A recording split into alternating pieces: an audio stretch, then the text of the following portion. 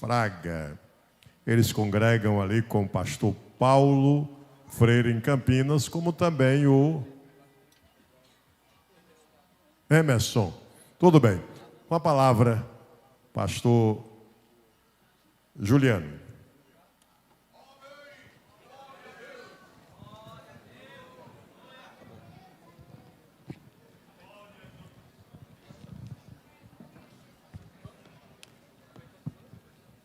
Os cumprimento com a paz do Senhor.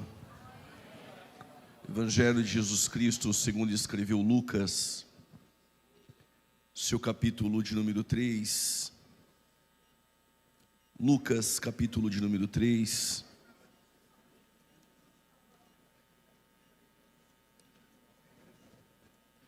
A partir do versos de número 1. Lucas, capítulo de número 3. A partir do versículo de número 1, e depois eu quero ler um outro texto que está em João capítulo 4. Lucas capítulo de número 3, você que trouxe a tua Bíblia, a partir do versos 1. Antes eu quero agradecer a Deus pela sua onibenevolência, permitir que eu pudesse participar deste evento relevante e tão abençoador. A vida do pastor presidente, pastor Valdomiro, pela confiança, a irmã Lourdes, Deus abençoe, toda a diretoria, pastores e obreiros, aqueles que nos serviram tão bem quando nós chegamos. Gosto tanto da Bahia, que quando tinha uma baiana em São Paulo, eu logo me apaixonei e casei com ela. E aprendi a comer cuscuz, acarajé. E agora eu como mais do que ela. Lucas capítulo de número 3. Diga bem forte, Deus tem um novo endereço. Eu também. E no 15º ano do reinado de Tibério César, sendo Pôncio Pilatos governador da Judéia, Herodes tetrarca da Galileia, e seu irmão Filipe, o tetrarca da região da Itureia de Traconites, e Lisânias, o tetrarca de Abilene, sendo Anás e Caifás sumos sacerdotes, veio a palavra de Deus a João no deserto. Esse João é filho de Zacarias. Vou repetir. Veio a palavra de Deus no deserto. João capítulo 4, a partir do versículo de número 22. Muito conhecido entre nós esse texto. Vocês adoram o que não conhecem. Nós adoramos o que conhecemos, porque a salvação ela vem dos judeus. Mas a hora vem. E agora é, em que os verdadeiros adoradores adorarão o Pai em espírito e em verdade, porque são estes que o Pai procura para seus adoradores. Deus é espírito, e é necessário que os seus adoradores o adorem em espírito e em verdade. Quando aceitamos a Cristo,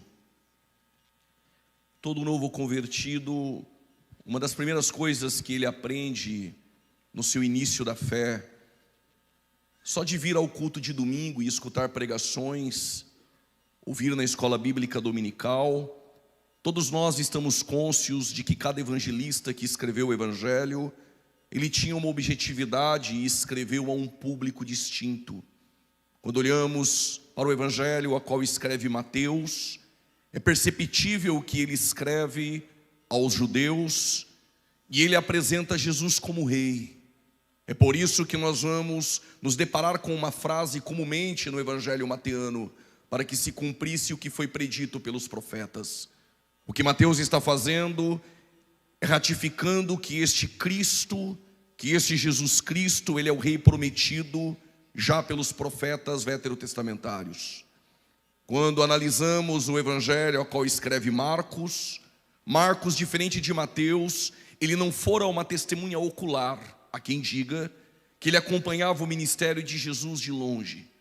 Este Marcos, a quem diga um dos pais da igreja por nome Papias, que quem ditou o evangelho para Marcos fora Pedro.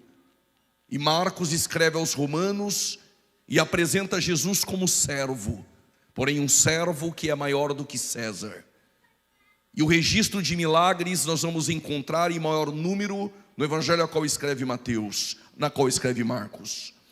Porém João, ele era mais íntimo de Jesus, chamado de discípulo amado. E por que ele era mais íntimo de Jesus?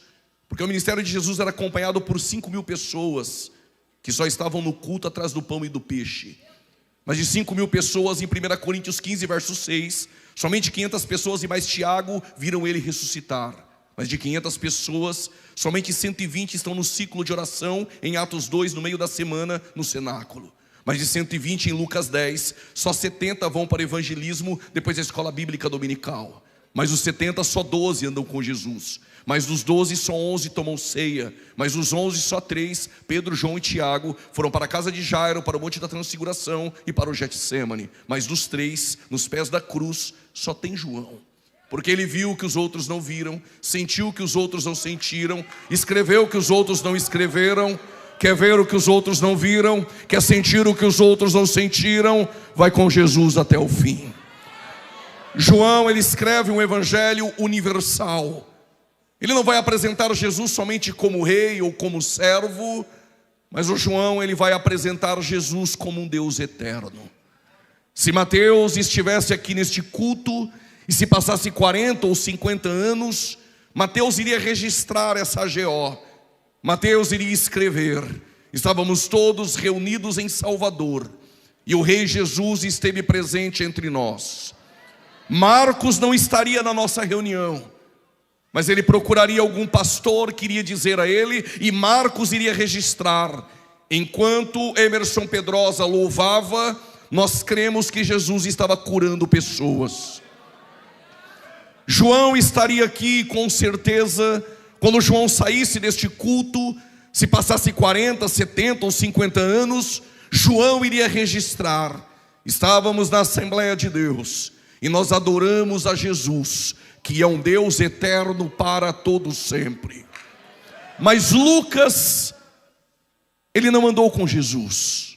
Ele é um historiador, e como historiador ele tem uma preocupação. O historiador tem essa preocupação.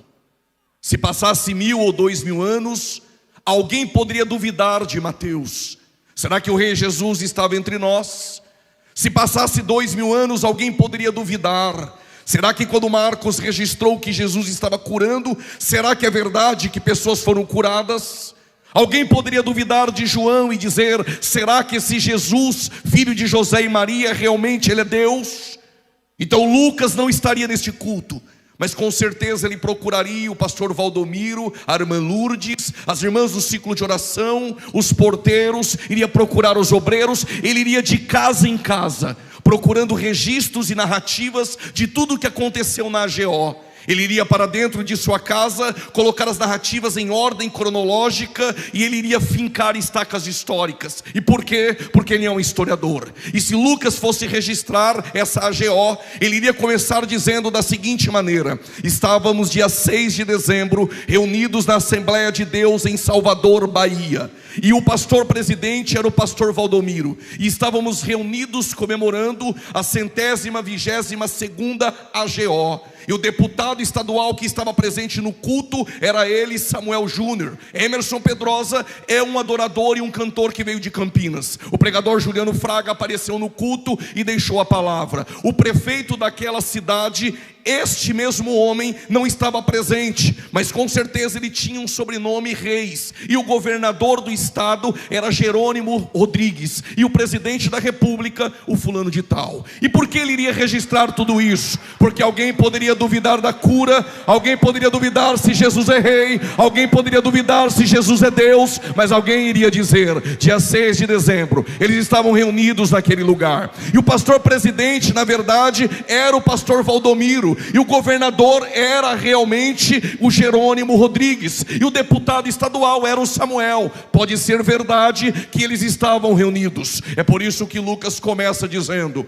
e do 15º ano do reinado de Tibério César, sendo Pôncio Pilatos governador da Judéia, e Herodes o tetrarca governador da Galileia, e seu irmão da região de Traconites, Filipe, e também da região de Abilene, Lisânias, sendo Anás e Caifás sumos sacerdotes. O que Lucas está dizendo? A palavra não estava entre os governadores, a palavra não estava entre o presidente, a palavra não estava entre os deputados, a palavra não estava entre a cátedra daquele tempo, a palavra não estava na religião judaica. Mas aonde estava a palavra? Deus mudou de endereço, está no deserto da Judéia, com um homem chamado João Batista. Deus mudou de endereço, mudou, mas a palavra não muda, ela é a mesma: arrependei-vos, arrependei-vos. Ou você só dá glória a Deus debaixo de chave e porta aberta: arrependei-vos, porque é chegado o reino do céu.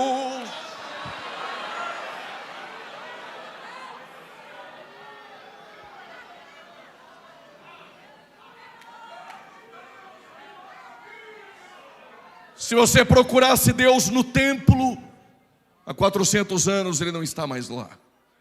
Permita-me parafrasear: há uma placa, há 400 anos Deus não está mais aqui. Deus mudou de endereço? Mudou. O culto agora é no deserto da Judéia, e a palavra é arrependimento, e o culto está cheio. E quem é o pregador? João Batista. Quem é ele? Capítulo de número 1, Lucas continua sendo fidedigno e metódico. 400 anos de inércia espiritual, 400 anos sem Deus levantar um profeta, 400 anos nenhum livro inspirado fora escrito. Desde Malaquias até Mateus, apostasia. Desde Malaquias até Mateus, ninguém sente a presença de Deus. Mas tem uma família. O homem é Zacarias, e a esposa Isabel. Mesmo em tempo de inércia, mesmo em tempo de apostasia, mesmo em tempo em que Deus não levantar um profeta, este casal continua sendo temente, irrepreensível. Por causa desse glória eu vou liberar essa palavra: o ambiente não define a tua fidelidade. O tempo é de inércia e de apostasia, mas continue sendo fiel, continue temendo a Deus, continue irrepreensível a Ele. É que tem crente que é termômetro e tem crente que é termostato. Se o ambiente é frio, o termômetro é frio. Se o irmão do lado não dá glória e está frio, ele também fica frio. Termostato não. Se o ambiente está frio e eu quero aquecê-lo, o termostato muda a temperatura do ambiente. Quem é termômetro fica com a mão baixada, mas quem é termostato...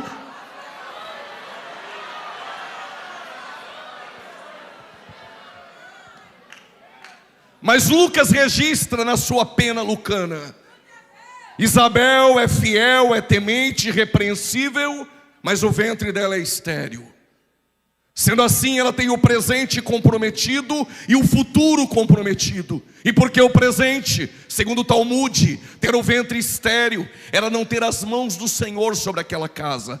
Era um desfavor do céu uma mulher ter o ventre estéril. A crença em Jerusalém era: ter o ventre estéril é carregar uma maldição dentro de casa. E porque o futuro está comprometido, toda mulher judia, ela tinha o sonho de ter um filho também homem, para cuidar dela em sua velhice. O presente está comprometido, o futuro está comprometido, mas ela continua crendo em Deus. E por quê? Por causa desse aleluia eu conto. Porque todas as vezes que Deus quis mudar o curso da história, de um ventre estéril Ele fez nascer um menino. Quando Ele precisava formar uma grande nação, do ventre estéril de Sara, esposa de Abraão, nasceu Isaac. Quando Ele precisava do desdobramento dessa nação, do ventre estéril de Rebeca, esposa de Isaac, nasceu Jacó. Quando Ele precisava de um avivamento em Israel, do ventre estéril de Ana, esposa de Eucana, nasceu Samuel. Quando ele precisava de um libertador na tribo de Dan, esposa de Manoá, estéril, nasceu Sansão. Quando ele precisava de uma voz para clamar no deserto, do ventre estéril de Isabel, esposa de Zacarias, nasceu João Batista.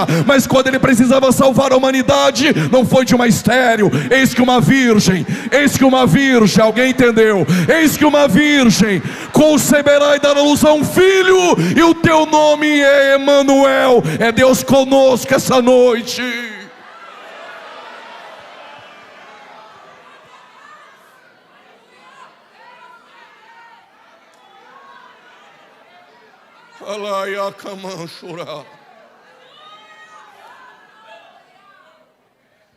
Segundo Flávio Joséfo, havia mais ou menos 20 mil sacerdotes naquele tempo. Segundo Luiz Silão, havia mais ou menos 25 mil sacerdotes. E o que isso tem a ver conosco? 20 mil sacerdotes ou 25 mil sacerdotes? É possível que Zacarias, sacerdote, completasse a carreira ministerial e não tivesse oportunidade pelo menos uma única vez de entrar dentro do templo. Zacarias, diz Lucas, é da 8ª classe sacerdotal de Abias. E Isabel é das filhas de Arão. Eu sei que você lê isso, passa desapercebido, mas eu vou te explicar. Quando ele diz que Anás e Caifás eram sumos sacerdotes, saiu o historiador Lucas, entrou médico. Ele é ético. A religião judaica estava fadada ao fracasso. E por quê? Não poderia ter dois, só poderia ter um. Quando ele usa o plural, sumos sacerdotes, ele está dizendo, o templo e a religião judaica está tudo corrompido. Mas há um sacerdote que pode nascer. Lucas registra, Zacarias é da 8ª classe sacerdotal de Abias, Isabel das filhas de Arão. Se ela é das filhas de Arão, ela tem por direito, por prole, por nepotismo, gerar um menino. E esse menino por direito deve ser sumo sacerdote. A 8ª classe sacerdotal de Abias, a qual vem da linhagem, da descendência de Arão, o Lucas nos reporta ao livro das Crônicas, capítulo 24 e 25. Havia muitos sacerdotes e Davi governa 40 anos. Ele é organizado porque nosso Deus é organizado. Então o que ele fez? Ele fez uma escala. A primeira turma, ou o primeiro turno, trabalhava dentro de um mês, do dia 1 ao dia 15. O segundo turno, do dia 16 ao dia 30. A 8ª classe sacerdotal era da linhagem de Arão. E todos que nasciam daquela prole, por direito, deveria ser sumo sacerdote. O que Lucas está registrando é: o templo e a religião estão fadados ao fracasso. E o culto já não tem mais lá dentro. Mas dentro do ventre de uma estéril pode nascer um verdadeiro sumo sacerdote. Naquele tempo eram muitos sacerdotes. Eles faziam uma espécie de sorteio. Para alguns coincidência, para quem está pregando o milagre. Vou repetir, para alguns coincidência, para quem está pregando o milagre. Sortearam naquela tarde, e o sorteio recaiu exatamente em Zacarias. Agora ele vai entrar dentro do templo e oferecer incenso a Deus. Posso imaginar Zacarias, capítulo 1, versos 8, diz o texto: exercendo Zacarias o teu ministério diante de Deus. Ora, o ventre da esposa é estéril, precisa de um milagre dentro de casa, mas continua sendo fiel, e vai entrar do lado de dentro para oferecer algo a Deus. Você tinha motivos para desistir, mas continua aqui do lado de dentro acreditando. E por quê? Porque Zacarias sabe: enquanto eu entrego do lado de dentro, eu conheço um Deus que se encarrega de gerar o meu milagre do lado de fora. Alguém levantou a mão e entendeu? Enquanto eu adoro do lado de dentro, Deus se encarrega de gerar o meu milagre do lado de fora. Vou repetir: enquanto tu entrega do lado de dentro, o meu Deus, o teu Deus, se encarrega de gerar o teu milagre do lado de fora.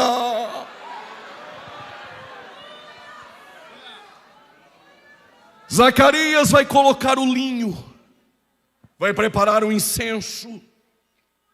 Só que do lado de dentro você não entrega o que você quer.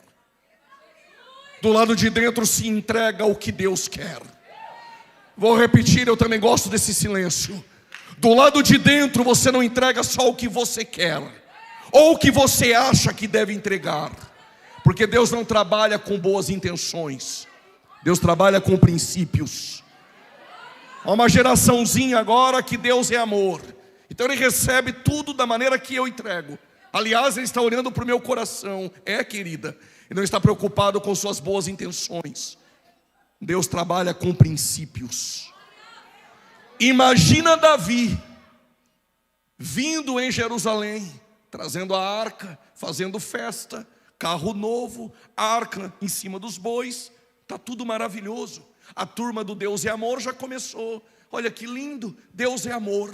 Mas na era de Nacon, quem foi lá sabe, não tem buraco, não tem montanha, não tem pedra, os bois tropeçaram. O que aconteceu? O Deus de amor, que também é de justiça, que trabalha com princípios, colocou o pé na frente dos bois e disse: pare a festa. E por que pare? Porque a minha presença não vai sobre bois, e não adianta inventar na Assembleia de Deus, não vai em carros novos. Eu continuo com os mesmos princípios. Carrega-se a presença da maneira que eu ensinei. Já passamos mais de 100 anos. E por quê? Continuamos dependendo da palavra. Continuamos dependendo do Espírito Santo de Deus.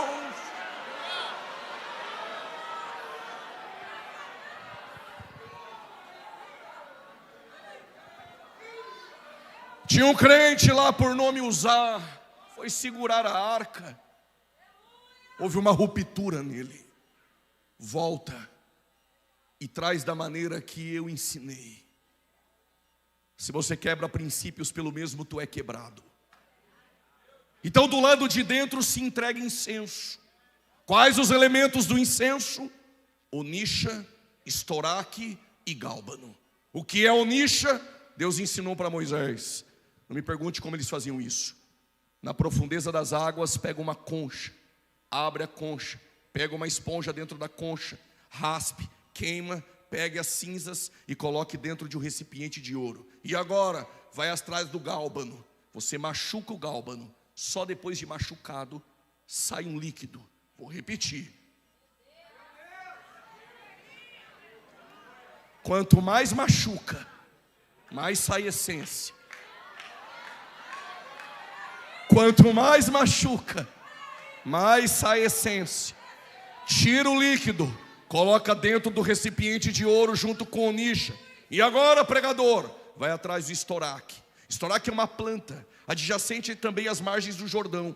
Se for lá agora, a folha está gotejando. Se for 3 da madrugada, está gotejando. Se for amanhã meio-dia, está gotejando. Se for na casa dele agora, está orando. Se for amanhã 5 da tarde, está adorando. Não importa a circunstância, estoraque está gotejando.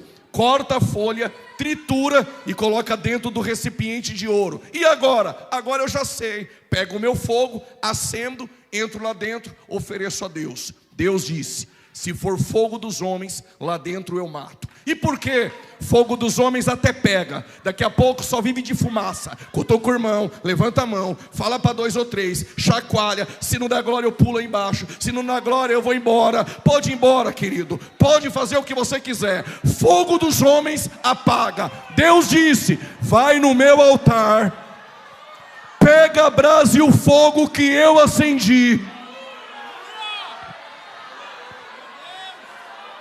Me parece que os baianos gostam do fogo. Se der glória um pouquinho mais forte, eu entrego. Eu sei porque tu gosta do fogo e ninguém vai apagar este fogo. Porque Hebreus capítulo 12, ele é fogo consumidor.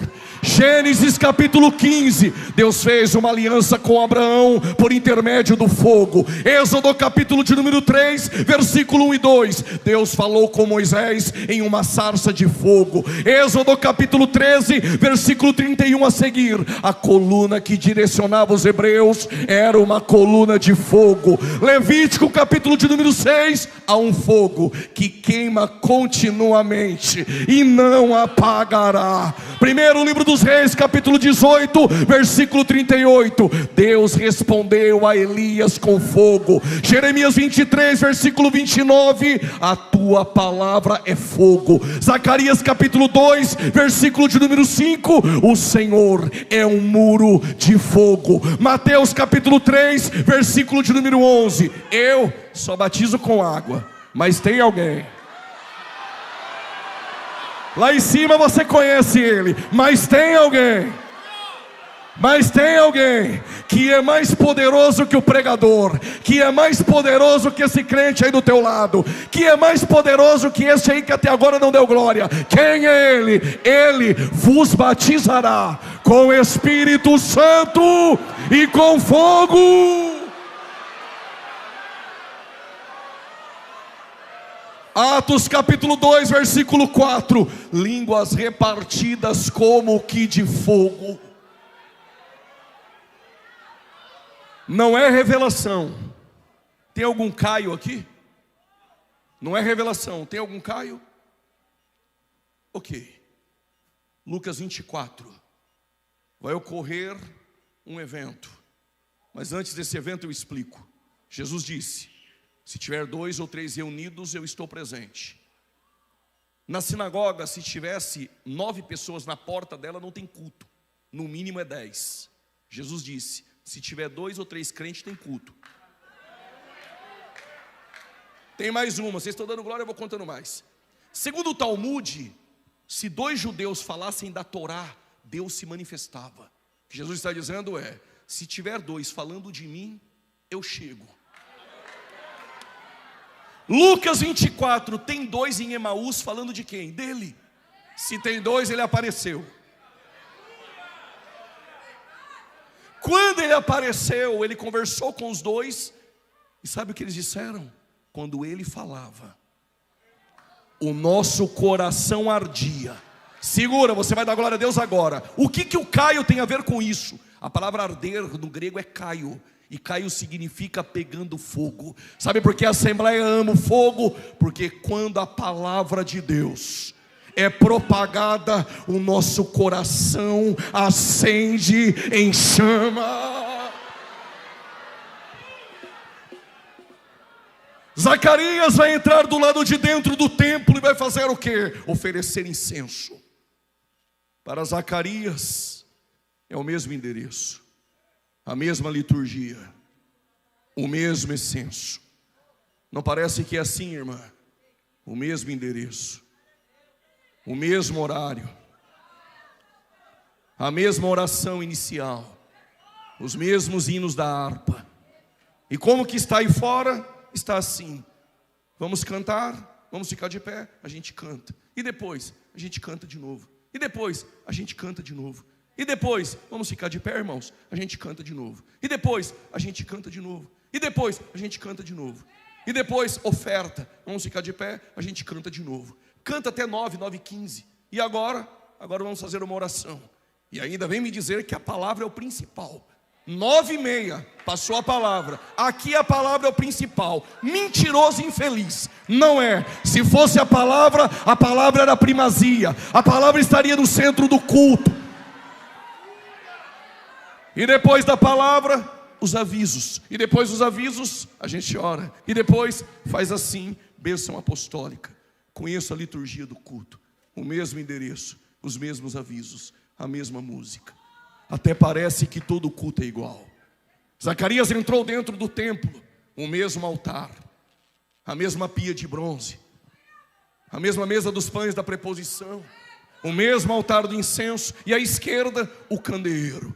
Até parece que todo culto é igual. Até que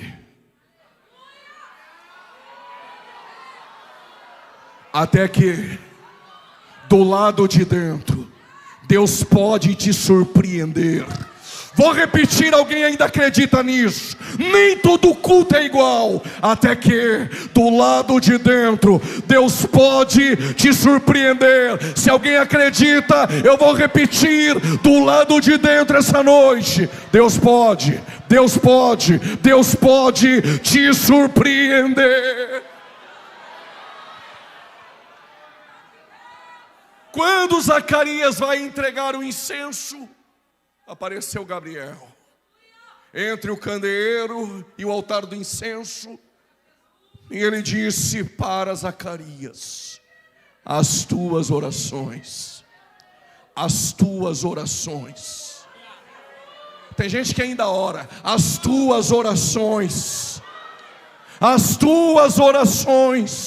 elas foram ouvidas.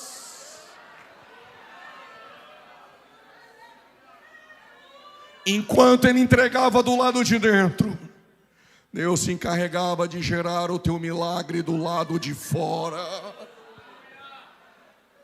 Deus fez Zacarias ficar mudo. Não dá nem para apostar, porque tem coisas que é só você e ele. Isabel está com 6 meses. Quantos meses? Mas o mesmo Deus que fala aqui dentro também fala ali fora. O mesmo Deus que fala aqui dentro também fala lá fora. O mesmo Gabriel que falou para Zacarias do lado de dentro, aproveitando que tem adolescentes, tinha uma mocinha lá do lado de fora, noiva, estava preocupada com o quê? Com a casa, madrinha, padrinho, buffet, convite de casamento. Maria estava preocupada com coisas, até que Gabriel apareceu do lado de fora e disse: Maria, salve a agraciada. A palavra agraciada do grego é haristos, significa tu foi alcançada. Quando você foi alcançada? Quando o Espírito Santo pegou Jesus e colocou aí dentro. Ela disse: como pode? Ainda nem me deitei com José. Calma, mulher, isso é obra do Espírito Santo. E o que vai nascer dentro de ti é filho do Altíssimo, o nome é Jesus, e se assentará no trono de Davi. Porque para Deus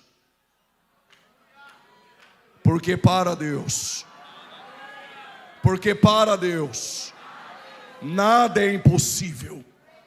Fiquei alguns anos tentando entender o porquê para Deus nada é impossível. O texto é muito claro, mas dentro do contexto deve ter um porquê. Isso é coisa da minha cabeça, tomando café e comendo cuscuz. Por que Gabriel falou para Maria, para Deus nada é impossível? O Gabriel deve ter pensado: este Deus que Isaías disse que senta no globo da terra, e o pé dele fica aqui na terra, porque é esse cabelo dos seus pés. Ele pega os oceanos e coloca na palma de sua mão, e brinca com o oceano. Criou 400 sextilhões de estrelas, e sentado no globo, olha para cada uma delas e fica brincando de colocar um nome. Este Deus que antes de criar o universo, já ouviu a oração que tu ainda nem fez.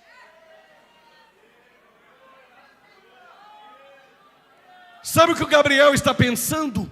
Este Deus desse tamanho foi colocado no útero de uma moça. Para Deus nada é impossível. E ela toda feliz agora, não se preocupa mais com as coisas, porque quando Jesus é colocado aí dentro, as coisas nós deixamos de lado, para viver uma vida em prol a Ele. Ela saiu correndo e foi até a casa da prima. Ela bateu na porta para Isabel abrir. Se é Jesus, ele não bate, porque o seu Jesus é o Jesus das portas fechadas. Se falasse que fora da porta aberta, tu já tinha levantado da cadeira, né, varão? Vou repetir, ele é o Deus das portas fechadas.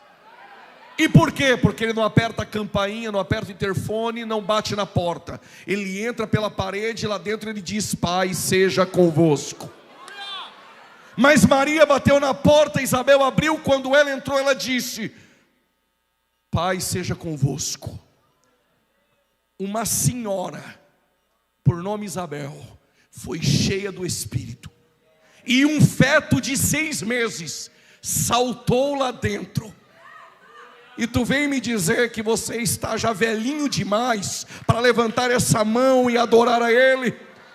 Ou você acha que você é criança demais para Ele te batizar com o Espírito Santo? Deixa eu te dizer uma coisa: aonde tem a presença de Jesus, pode ser avançado de idade, pode ser criança, seja cheio do Espírito Santo, seja cheio do Espírito Santo de Deus.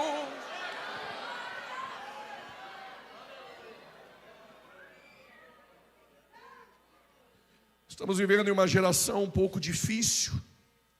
E quem sabe essa geração ela é um pouco chata. E por que chata? Porque eu tinha um aluno na aula de teologia.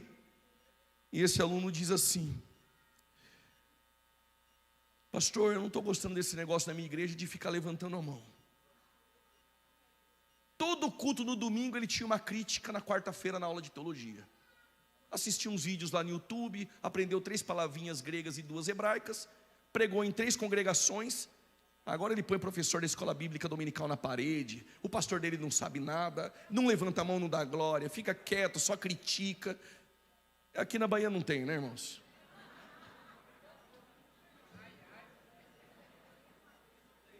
Não fica olhando para o lado, senão ele vai disfarçar e vai dar glória. Aí chegou no intervalo, eu disse para ele: você não gosta desse negócio de levantar a mão, por quê? Esse negócio de ficar levantando a mão é coisa de culto pentecostal. Eu falei: então pega a tua Bíblia. Gênesis 14. Abraão levantou as suas mãos ao possuidor dos céus e da terra. Segundo o livro das Crônicas, capítulo 6, versículo 12. Diante do templo, Salomão levantou as suas mãos. Esdras capítulo 9, versículo de número 5. No sacrifício da tarde levantarei as minhas mãos. Salmo 113, do versículo 1 ao 4. Eu levantarei as minhas mãos para bendizer ao Senhor. Êxodo capítulo 17, versículo de número 11. Enquanto Moisés ficava com a mão baixada, igual esse crente do teu lado, e não levantava engessada, de jeito nenhum, perdia a batalha. Mas quando levantava, Israel prevalecia.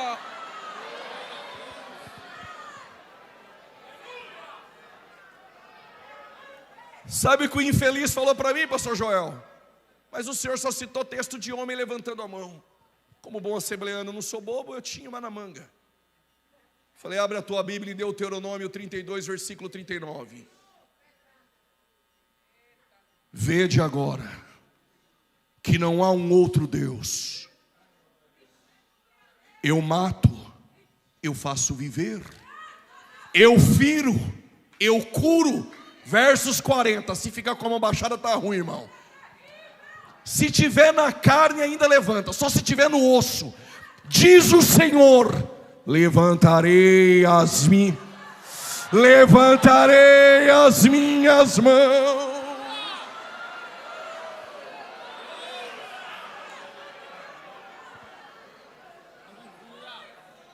Tinha um culto que Jesus estava e tinha um rapazinho lá no fundo, não levantava a mão de jeito nenhum. Mas ele queria levantar. A mão dele era mirrada. Tem crente assim. Aí Jesus falou: sai daí, vem para o meio. Estende a mão. Quando ele estendeu a mão,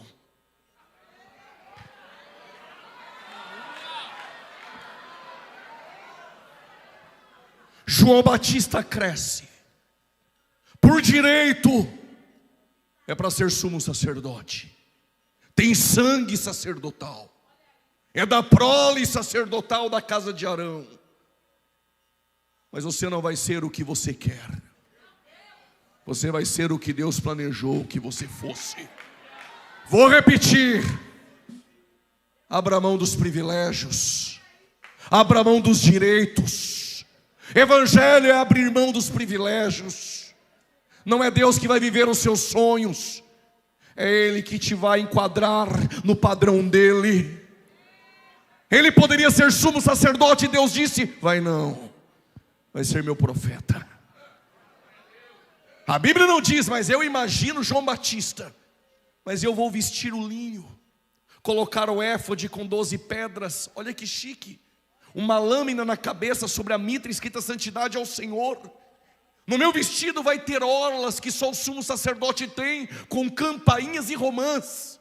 Fiquei anos procurando entender por que tem campainha e romã.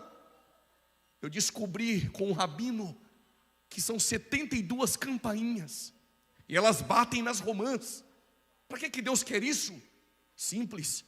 Quando o sumo sacerdote entra lá dentro, se a romã bate na campainha, é porque ele está servindo e entregando.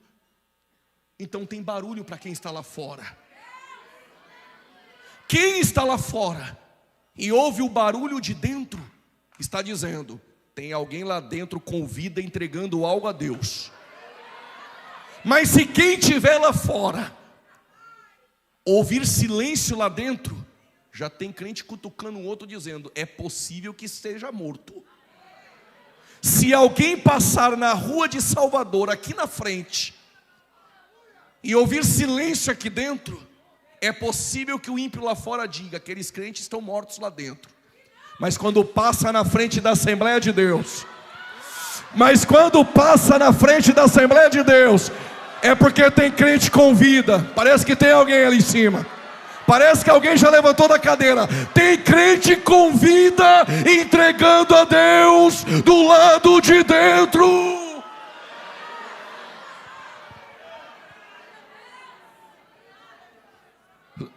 João Batista, tu não vai vestir essa roupa, já preparei a tua.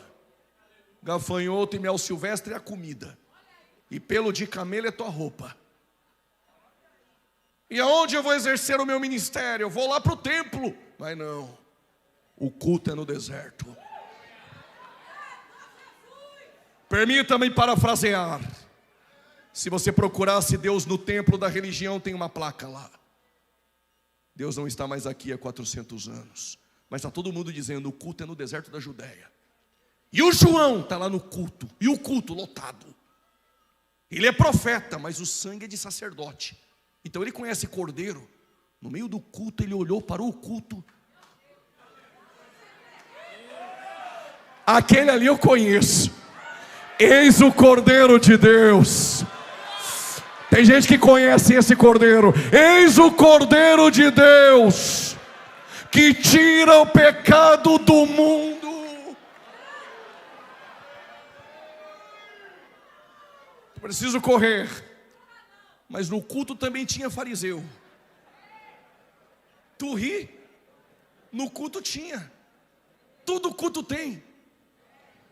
Na casa de Jesus tinha um culto que ele curou o paralítico, e lá tinha uns. E quando acabou o culto, os fariseus procuraram João e perguntaram: és tu Elias? Sou não. És tu Jeremias? Sou não. És tu o profeta? Se perguntasse: és tu um? Até eu iria dizer: sou um. Mas só tem um. E eu não sou digno nem de desatar as sandálias dele. Ele é mais poderoso que eu, e importa que ele cresça e esse engomadinho diminua. Então quem és tu? Eu só sou uma voz. Tu pode até pregar bem, mas você só é uma voz. Tu pode até cantar bem, mas só é uma voz. E essa voz é tua? Não, a voz do que clama no deserto. Eu sou a voz do que clama no deserto. Vocês me aguentam mais 10 minutos? Diga amém. Eu quero voltar no que vem. Só que a cabeça de um profeta como João vale metade de um reino. Não sei se já pediram a tua. E por que vale metade de um reino? Porque Herodes está no seu aniversário, embriagado, bebendo cachaça. Herodias e Salomé estão lá, ele falou: pede o que vocês quiserem, até metade do meu reino eu dou. Sabe o que elas disseram? A cabeça do João vale metade de um reino. Manda prender João, arrancou a cabeça, colocou na bandeja, eu estou correndo. Se você procurasse Deus no templo, tem uma placa: mudou de endereço. Há 400 anos não está mais aqui, desde Malaquias a Mateus. Aonde ele está? O culto é no deserto. Se você fosse lá, tem uma placa: mataram o último profeta veterotestamentário. Ele também não está mais aqui. Aonde é o culto? Pergunte bem forte: e agora? Deus vai procurar o novo endereço. Ele está andando com 12. Parou na frente de Samaria e disse: vão comprar comida. 11 foram. João não é bobo, João ficou, pensou, tem mistério lá dentro. Quando Jesus entrou em Samaria, sentou no poço. Vem uma mulher ao meio-dia. Quando aquela mulher chega, quem é ela? Teve 5 certidões de casamento, 5 camas, 5 endereços, 5 alianças dentro da gaveta e está ficando com alguém que nem marido é. Quando ela chegou no poço, Jesus levantou. E quando ele sentou no poço, sabe o que diz o texto? Estou cansado. Como homem ele cansa, como Deus homem, vinde a mim os cansados e sobrecarregados. Como homem ele tem sede, como Deus, quem tem sede vem. Eu tenho água da vida eterna. Como homem ele chora em Betânia, como Deus, sai para fora Lázaro, eu sou a ressurreição e a vida. Como homem ele dorme na polpa do barco, como Deus, quem é este, que até o vento e o mar lhe obedece? Quando ela foi pegar água, ele disse: dá-me água para beber. Ela olhou e disse: como tu sendo judeu pede água para beber para uma mulher samaritana? Se tu conhecer o dom de Deus e quem te pede água, você me pediria, eu te daria a água da vida eterna. Ela deve ter orado nele de cima e embaixo e dito: oxe, o Moisés tinha um cajado, abriu o mar vermelho. O Sansão uma queixada de jumenta, matou 1000 homens. O Davi tinha uma funda, derrotou o gigante. Os sacerdotes tinham buzinas com Josué, tocou, Jericó caiu. Tu não tem nenhum balde. Não tem o balde, não tem o cajado, não tem o rosa ungida, não tem envelope ungido, não tem o pedrinha ungida do Sinai, não tem o funda, não tem o chofar, mas eu tenho algo que busca o traficante, a prostituta, o pecador, no mais profundo de um poço. O que ele tem? Ele tem a graça, ele tem a misericórdia. É o sangue de Jesus que te purifica de todo pecado. Então me dá logo essa água. Dou não, chama lá teu marido. Quem é espiritual vai pegar. Está ficando com alguém lá fora e quer vir no culto de domingo ficar com Jesus aqui dentro? Com Jesus é casamento, rapaz. É na alegria, é na dor, é na doença, mas eu não largo dele. Eu não tenho marido. Dissesse bem, teve 5, agora está 1 que nem marido é. Vejo que tu é profeta, mas eu tenho uma pergunta. Me falaram que o endereço de Deus era em Samaria. Aprendi e cresci que era lá, entre Dan e Berseba, quando Jeroboão colocou em Gerizim 2 bezerros. O povo gostava de um bezerrinho, cultuava lá. Os seus pais dizem que é em Jerusalém. Afinal de contas, aonde é o endereço? Aonde é o culto? E quem é o Deus do culto? A hora é.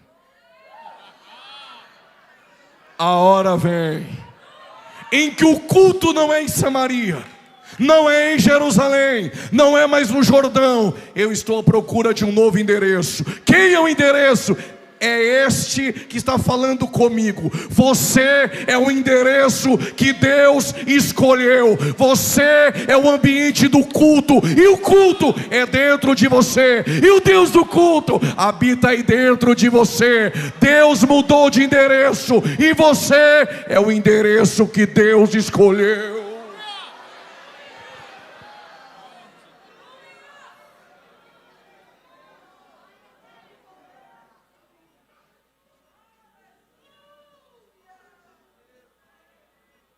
Tem alguém essa noite que quer ser o endereço de Deus? Saia do teu lugar e vem. Ele está procurando um novo endereço. Tem alguém essa noite? O Espírito Santo está te chamando. Talvez você está perdido. Talvez você cansou dessa vida. Mas o Deus do culto está aqui. Ele quer fazer de você o endereço. Tem alguém essa noite? Levanta a tua mão onde você estiver. Pregador, eu me afastei, quero voltar a Cristo. Ele está te chamando aqui essa noite. Tem alguém entre nós que quer voltar para Jesus? Se tem alguém aí do teu lado que não é cristão, faça o convite a ele. Se ele aceitar, traga-o aqui à frente. Tem alguém essa noite que quer se render a esta graça e se tornar o endereço de Deus? Ele está te chamando aqui. Vou entregar o microfone, mas ainda dá tempo.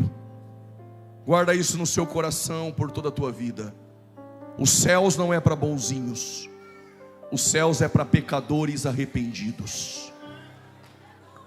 Você é o endereço que Deus escolheu. Deus abençoe em nome de Jesus. Glória a Deus. Meus amados irmãos, estamos concluindo o último culto